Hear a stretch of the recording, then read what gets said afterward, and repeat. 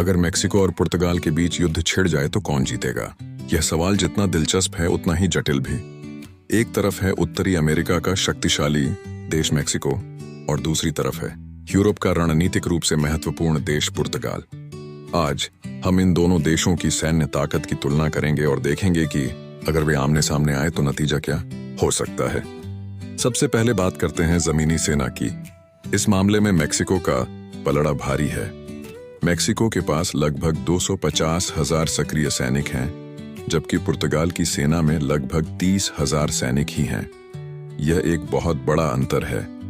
जमीनी लड़ाई में सैनिकों की संख्या एक निर्णायक कारक हो सकती है और यहाँ मेक्सिको को स्पष्ट बढ़त मिलती है।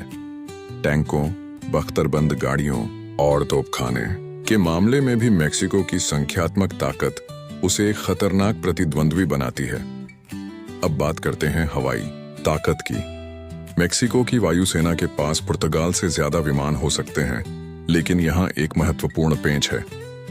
पुर्तगाल की वायुसेना नाटो का हिस्सा है, जिसका मतलब है कि उनके पायलटों को दुनिया के कुछ सबसे उन्नत मानकों पर प्रशिक्षित किया जाता है और वे अत्याधुनिक तकनीक का इस्तेमाल करते हैं।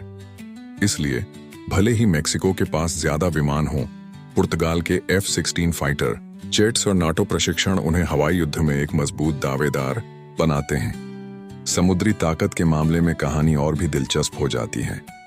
पुर्तगाल की नौसेना के पास एक ऐसा हथियार है जो मेक्सिको के पास नहीं है, पनडुब्बियां। ये पनडुब्बियां दुश्मन के जहाजों को चुपके से निशाना बना सकती हैं और समुद्री मार्गों को बाधित कर सकती हैं, जो एक बहुत बड़ा रणनीतिक लाभ है। मिसाइल क्षमताओं की बात करें तो दोनों देशों के पास रक्षात्मक और आक्रामक मिसाइलें हैं, लेकिन इनकी सटीक जानकारी अक्सर गुप्त रखी जाती है। तो आखिर जीतेगा कौन? अगर हम सिर्फ स्वतंत्र सैन्य ताकत की बात करें तो ग्लोबल फायर पावर इंडेक्स जैसे रैंकिंग में मेक्सिको अक्सर पुर्तगाल से ऊपर होता है।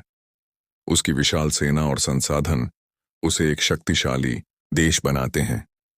एक सीधी लड़ाई में मेक्सिको की संख्यात्मक श्रेष्ठता शायद पुर्तगाल पर भारी पड़ सकती है, लेकिन यहाँ एक बहुत बड़ा लेकिन है।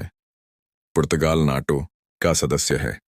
नाटो चार्टर के अनुच्छेद 5 के अनुसार किसी भी एक सदस्य देश पर हमला सभी सदस्य देशों पर हमला माना जाता है। इसका मतलब है कि अगर मेक्सिको पुर्तगाल पर हमला करता है तो उसे सिर्फ पुर्तगाल से नहीं, बल्कि अमेरिका, ब्रिटेन, फ्रांस और जर्मनी जैसी महाशक्तियों से भी लड़ना होगा। ऐसा कुछ और जानने के लिए मुझे सब्सक्राइब